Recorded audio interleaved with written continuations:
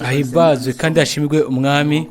Turashima cyane yuko turi hano kugira ngo dusenge kandi yuko amahoro yiwe arengera ubwenge bw'umuntu, ibyiyumviro by'umuntu, ukaja mu mitima yacu kandi muri Yesu Kristo umwami wacu.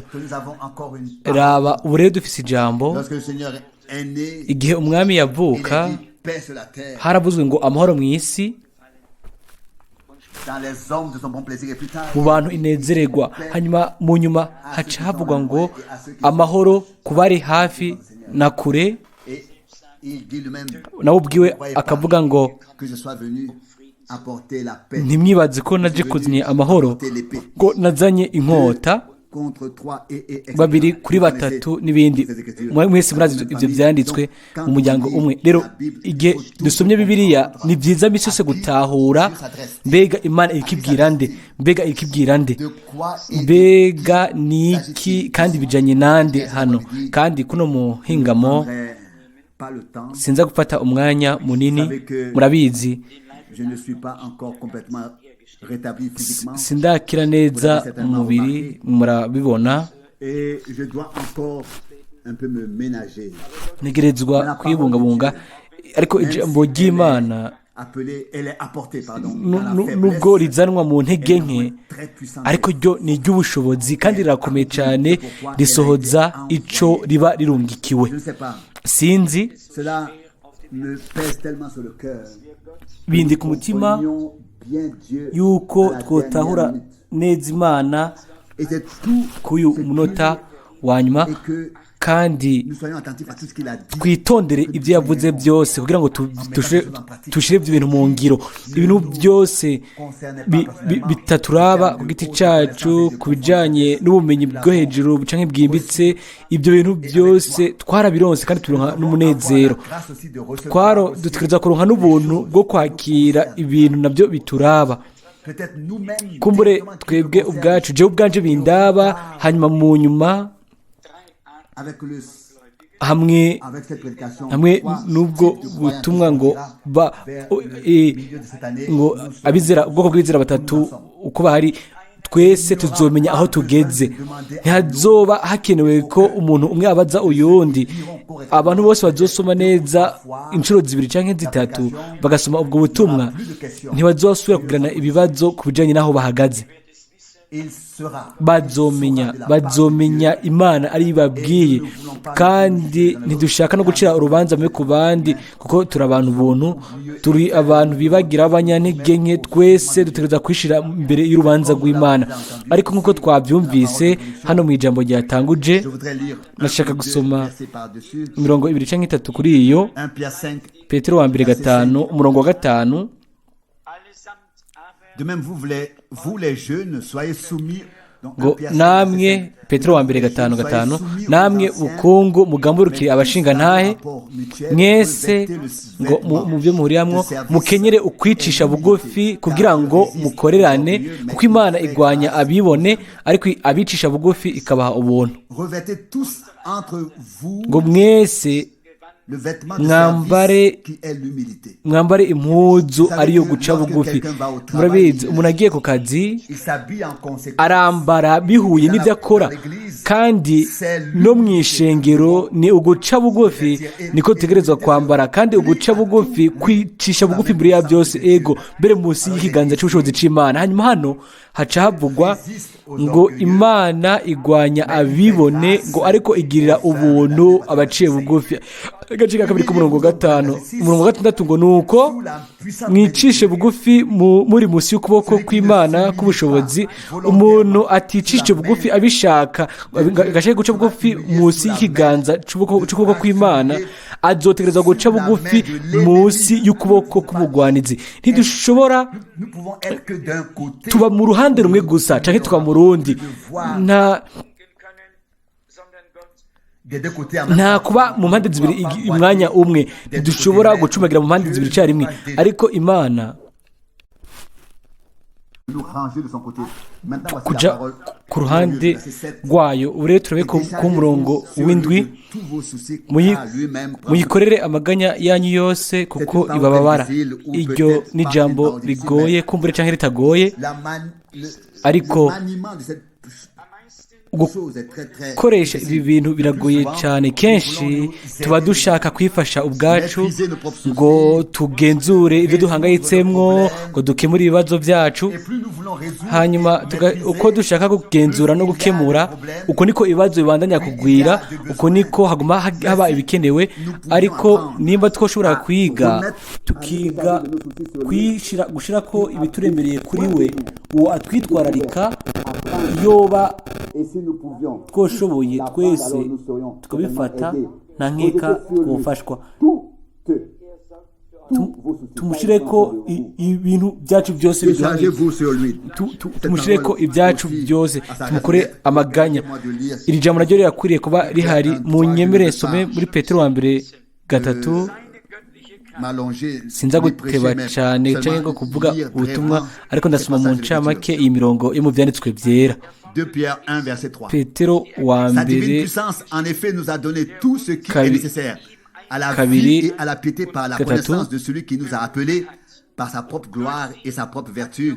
C'est par elle qu'il nous a donné, en nous assurant de sa part les plus grandes promesses précieuses Petero wa mbere wa kabiri wa mbere 3, kuko ubushobozi bw'Imana bwayo bwaduhaye iby'ubugingo no kubaha Imana byose, tubiheshwa no kumenya neza uwaduhamagarije ubwiza bwiwe n'ingeso ziwe nziza.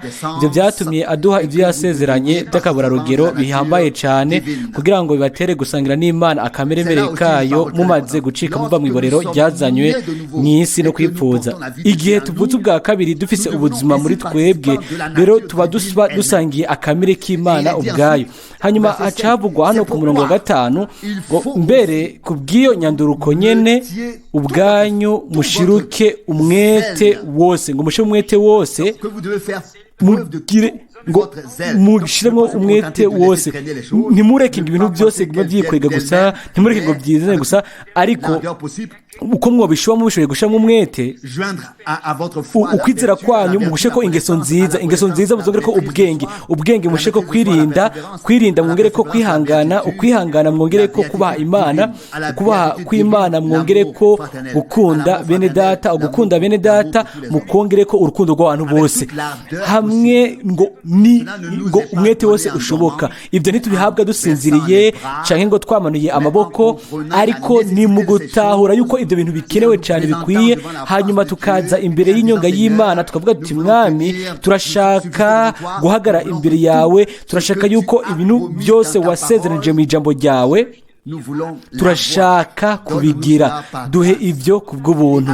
Hanyuma Imana izishura nyene bishimitse atagukekeranya, izoduha ibyo dukeneye. Ku murongo 8 haranditse ngo kuko namba mugira iyo mico myiza ngo muri mwebwe, ngo bikagwira bikaba byinshi mu buryo bubandanya, ngo bituma mutaba abanyabute umwami wacu Yesu Kristo. Rero umuntu ibyo bitariko, kuko utagira ibyo ari impumyi, abona ibiri hafi gusa, yibagiye umwuhagiro w'ibyaha byiwe bya kera.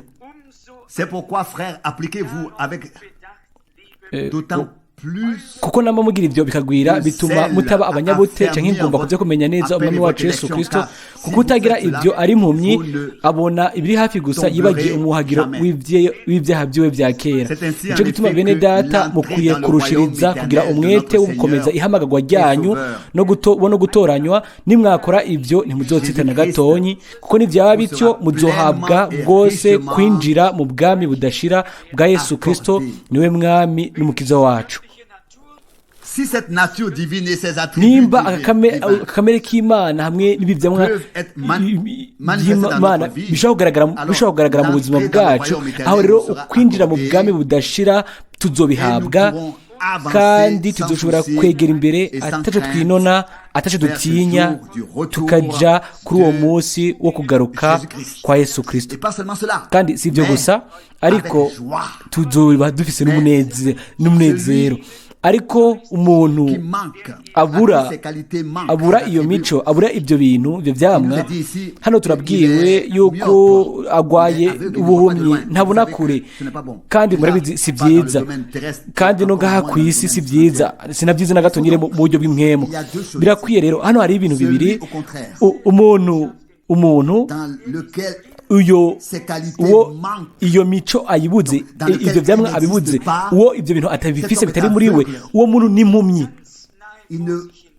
Uwo muntu ntabona kure. Ni ibintu bibiri, umwe ni impumyi, ntabona kure, kumbure abona imbere yiwe gusa.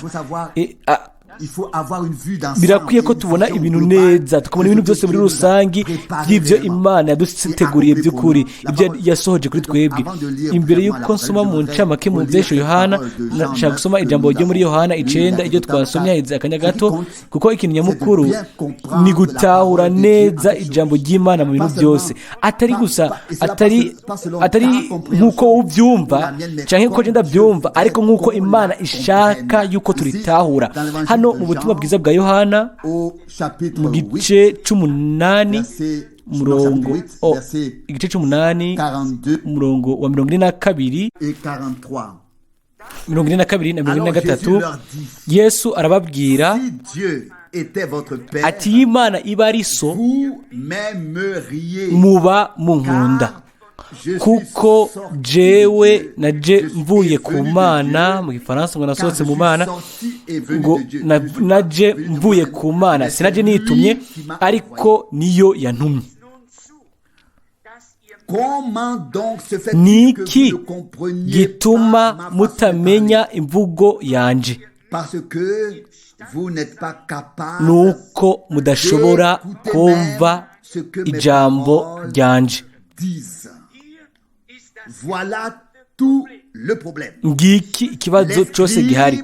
Abanyabwenge b'ibyanditswe baraza ngo bumve Yesu, ariko bari bamaze kwicurira inyishu zabo igihe ariko aravuga. Ntibashatse kumviriza, ariko mu mitima yabo haba hariho ikintu gitandukanye. Baba bamaze gushiraho aho bategeza guhagarara, ingene bategeza kwifata imbere yiwe. Umwami arababwira ngo nimushobora gutahura icyo amajambo yanjye ariko aravuga, kuko ntimwiteguriye kumva ibyo amajambo yanjye ariko aravuga. Hariho neza abantu muri kino gihe, kandi Mwene Data Branham ntahagarika kuvuga ngo Imana ifata ababi n'abeza, ariko impwemu mbi n'impwemu nziza zo ziguma ngaha ku isi. Arabafata abantu akabatwara bagataha, ariko izo mpwemu zigumaho, zija muri bamwe zikaja no mu bandi. Imana itwara abantu, ariko impwemu zari ku bantu ziguma ngaha ku isi. Aho hari ikibazo gikomeye. Umuntu atiteguriye kumviriza n'umutima we wese, ariko ubirenge bya Yesu ngo yumvirize kiko kiravugwa atekanye, ntazigera na rimwe agera ku kumenya ukuri. Abo ngiye ushane nivyo biravugwa mu ijambo, cyamaze kuvugwa mu ijambo ry'intanga ryatanguje yuko ngo ufise amatwi kugira ngo yumve niyumve. Abantu bose barafise amatwi, mbere abafise abiri, ariko ninde ashobora kumva? Ni uyo gusa uwo Imana yuguruye umyumvire y'umujyo bw'impwemu, ego umutima, kugira ngo ntabone ikintu gusa mu bintu by'amajwi gusa, ariko aronke uguhishurirwa biciye kuri mpwemu, amenye mbega ingene n'amahirwe akomeye yuko yicaye ku birenge bya Yesu, kuba ashobora akumva ijambo ryiwe mu buryo bwumvikana, ashobore kutuvugisha, kandi dushobore kumenya igihe icyo tubayemo. Hariho ibintu byinshi, ibintu dushobora kuba twoshima, kandi twumvise guhera ku ntango, mbega kumva ku ntango twari dukwiye kumva gushika ku iherezo. Umwami Yesu yagendeye hano ku isi, hariho bwa mbere 12, hanyuma 70, hanyuma haza ishengero rinini. Ariko ninde yamutahuye? Ninde yumvirije by'ukuri ibyo yabari karavuga?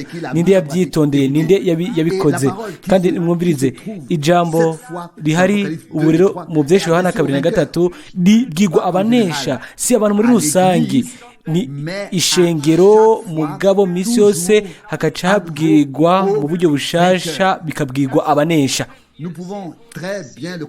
Turashobora neza kubiraba neza muri buri gwete rwandikiwe amashengero mu byesho Yohana 2 hanyuma umurongo w'indwi, ibyesho Yohana 2 umurongo w'indwi, ngo ufise amatwi uri n'ugutwi niyumve ico mwemu abwira amashengero. Unesha nzomuha kurya ku vyamye ku giti c'ubugingo kiri muri paradizo y'Imana. Ninde ari uyazonesha? Ni uyo gusa uwafise amatwi kugira ngo yumvirize ibyo mwemu avuga, abwira amashengero. Ngibyo ibintu bijanye nabyo. Hanyuma hacavugwa muri rusange, ikabwirwa marayika ngo wandikire marayika w'ishengero ry'Efeso, uku niko agize, ufise inyenyeri indwi mu kuboko kw'iburyo. Aho ni umurongo wa mbere. Hanyuma haranditse akavuga amashengero ndwi n'ibitereko amatara ndwi, hanyuma inyenyeri indwi. Hagacavuga ngo abo izo nyenyeri indwi ni abamarayika indwi, kandi ibyo bitereko amatara ndwi ni amashengero ndwi. Imana iravuga, aho ni mu gice cya mbere, Imana iravuga igaha ubutumwa umumarayika w'ishengero, hanyuma uwo nawe akarizanira abantu b'Imana. Hanyuma haba hariho n'abahamagawe, hakaba n'abatoranijwe muri buri gihe cyose. Hanyuma aba batoranijwe baba ari abo bumviriza, atari guhera ku ntango gusa, ariko no gushika ku iherezo barumviriza. Atari ibintu gusa bisanzwe gusa, ariko n'ibintu bigoye nabyo. Misi yose turumva havugwa Mwene Data Branham yakunda kuvuga kenshi, akavuga ijambo nyine, akavuga ku iryo jambo ngo uriye umubiri wanje n'ujya anywa amaraso yanje, akavuga ngo ntiyoronka ubugingo. Umuyuda ntiyari afise uburenganzira na buto bwo kunywa amaraso, byari mu byagezwe, kuko ngo ubugingo buri mu maraso. Ntiyari gushobora rero kujya ibintu by'amaraso. Raba rero hakaca haza uwutuzaniye ubugingo, uwutanga ubugingo ku bwacu, hanyuma akaca avuga ngo uwutanguye amaraso yanje n'ibindi. Nta muntu n'umwe yokwagiriza abayuda ko bataye ibyo nabi. Bafise ibyagezwe imbere y'amaso yabo, byari bibujijwe yuko bonywa amaraso neza neza, kuko ubugingo nyine bwari mu maraso. Amaraso ntiyari gushobora gutangwa kiretse ku bijyanye no guhongerwa no kubarirwa ibyaha gusa. Ubugingo bw'igikoko bigatanga ubuzima bw'igikoko kubwo ubuzima bw'umuntu, amaraso y'igikoko kubwo amaraso y'umuntu. Ariko rabare akaca haza umuntu akaca avuga ngo utanguye amaraso yanje ntanajye n'umubiri wanje. Ibyo kuri bo cyari ikintu mu buryo bwuzuye kidashobora no kuja no mu mutwe, kitumvikana, kidashoboka.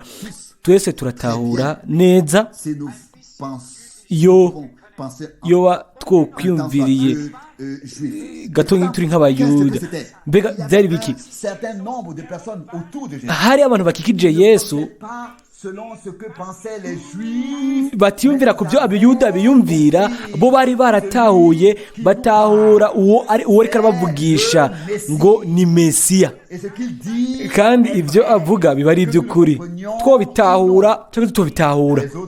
Abandi bakavuga ati ni gute agiye kuduha umubiri wiwe n'ibindi. Barabitsitara ko baja kure.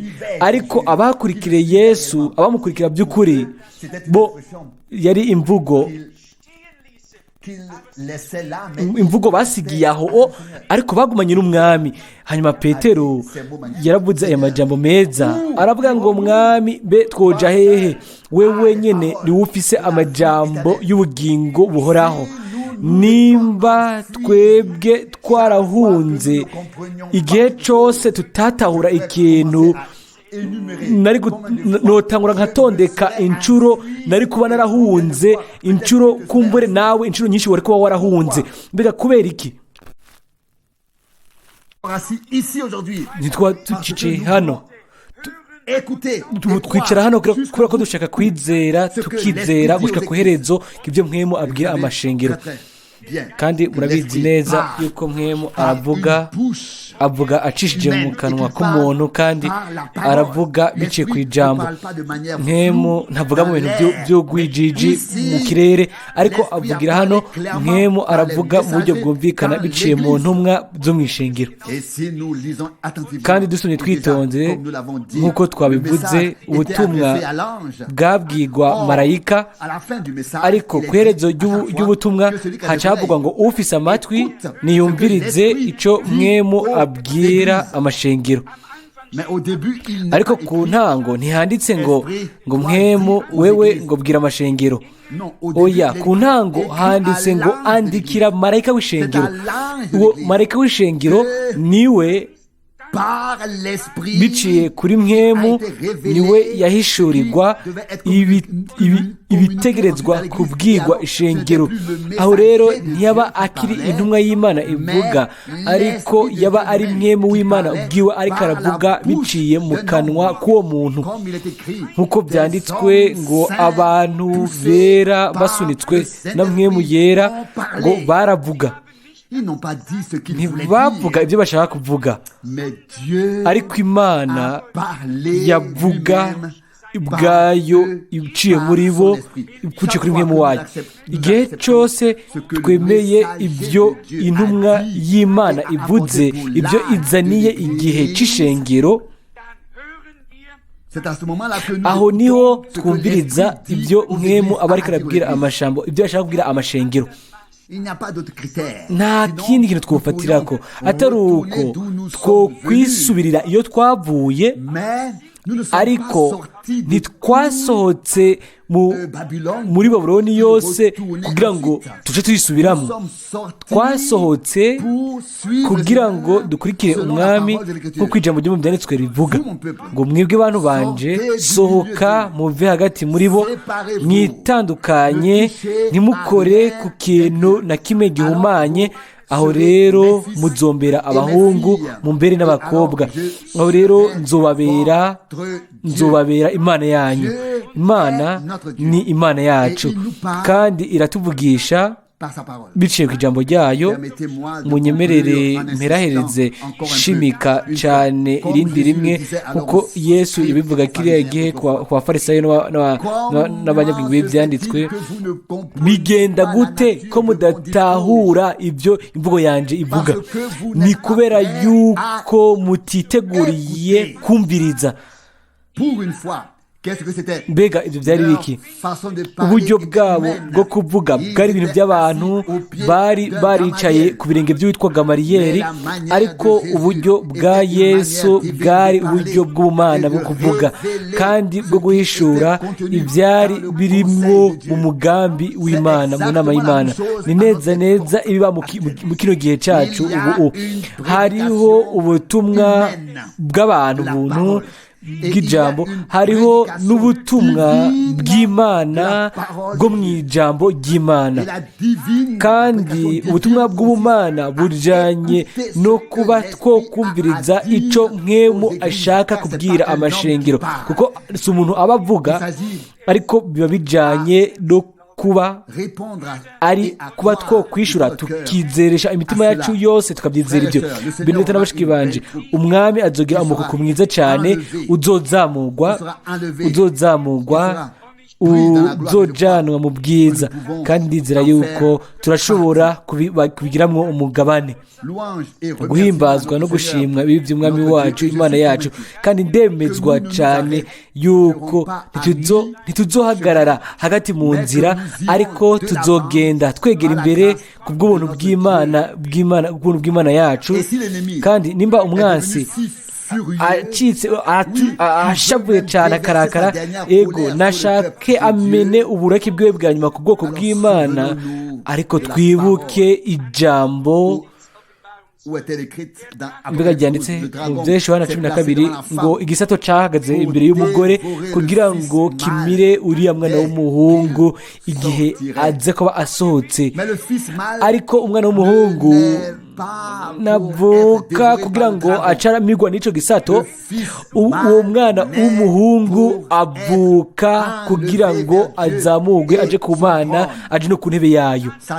Satani azomira gusa iby'Imana imwemereye kumira, ariko abayo abo bo ni ubutunzi bw'umwami ntazigera abamira. Yego cyane, aragenda agatambatamba nk'intambwe igenda yivuga, twarabyumvise.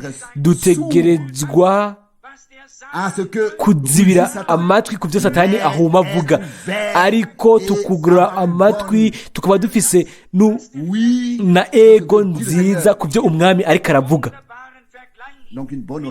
ugutwi kwiza ku byo umwami avuga. Aho rero niho dufise ukugiranya kwiza hamwe n'ibyo mu bimatanije ndwi.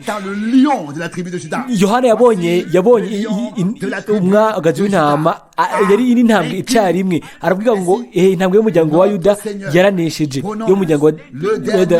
Umwami niwe avuga ijambo rya nyuma. Nimba umugwanizi agenda yivuga nk'intambwe, hariho ikintu kimwe tuzi neza: igihe umwami wacu wewe azokwivuga nk'intambwe, bose bazojugumira, byose bizoziba, bizonuma, byose mbere bizonatemba. Urashobora gusoma isezerano rya kera no muri Shasha, ibintu bizoba igihe umwami azokumvikanisha ijwi ryiwe guhera i Yerusalemu,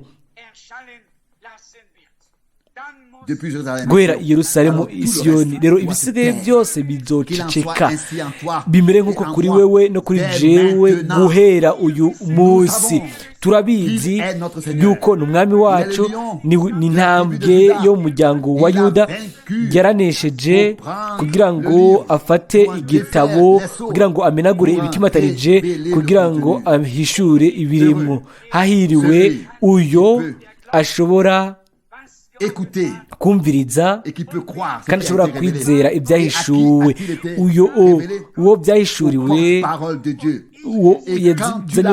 igihe wabyumva bije, igihe wabyumviriza by'ukuri, ibyo byashize umuriro mu mutima wawe no mu mutima wanje, kandi hariho ikintu gishushe, hariho ikintu cyumvikana. Kandi turabizi aho ni Imana yatuvugishirije, aho ni Imana ituvugishiriza, aho ni Imana ituvugishiriza, kandi turashobora kubyakira, tukabyemera, tukabyakira, tukabyizera n'imitima yacu yose, tukagira amatwi yacu kugira ngo twumvirize. Uwumva niyumve ibyo mwema abwira amashengero. Umuntu uzonesha azoronka isezerano, ntazobona urupfu rwa kabiri n'ibindi. Kuri buri gihe cyose c'ishengero irindi sezerano rigatangwa, ariko mu buryo bwuzuye hamwe. Abanesheje bose bo mu bihe byose bazogira umugabane ku masezerano yose umwami ayo yabahaye abo banesheje. Mbega banesheje gute? Biciye ku bushobozi bwawe? Mbega ku nkomezi zawe cyangwa izanje? Oya, banesheje ku bw'amaraso y'umugazi w'intama no kubwo ijambo ry'igishingano cyabo. Si ijambo ryawe, si ijambo ryanje, oya, ni ijambo ryahishuwe ry'Imana, ryacitse igishingano cyawe n'igishingano cyanje. As-tu ton propre témoignage? Mbega ufite igishingano cyawe? Ai-je mon propre Mbega ufite igishingano cyanje? Ou bien canke parole révélée de Dieu? Canke ijambo ryahishuwe ry'Imana ryacitse igishingano cyanje n'icyawe. Le Seigneur umwami ashobore ton cœur et dans kuziganya mu mutima wawe n'umutima wanje izigame ibyo twiyumviriye ko mu iherezo ry'iyinga ashobore tumenya uburebure n'ukwimbika kw'ijambo ryiwe. haranditswe ibiseno rya kera kugira ngo biraheze ngo wavuze ngo ntukibe, yaravuze n'ibi nabyo byose byavuye mu kanwa kamwe. hanyuma ku iherezo haranditse ngo uwutsinzwe na kimwe, icagezwe kimwe aba atsinzwe na byose, abatsinzwe na byose, kubera yuko ni akanwa kamwe kabuze ibyo byose. nako bimeze uyu mwanya. uguhishurirwa kwa kundi nyene ntacyo bitwaye aho tugusanga n'ingene kwatanzwe kugahabwa Mwene Data Branamu. kari akanwa k'umwami kavuze, akanwa nyine k'umwami. rero ntidushobora gucagura ibyo twizera n'ibyo tudashaka kwizera cyangwa tutazokwizera.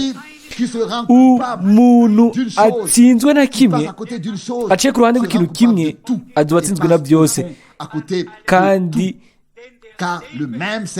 kuko umwami umwe niwe yavuze guhera ku ntango, kandi aho ni gushika ku iherezo. harahiriwe ushobora kwizera, hariyo ushobora kwakira, kandi azohezagirwa n'umugisha w'Imana ishobora byose. umwami abane namwe mwese, amen.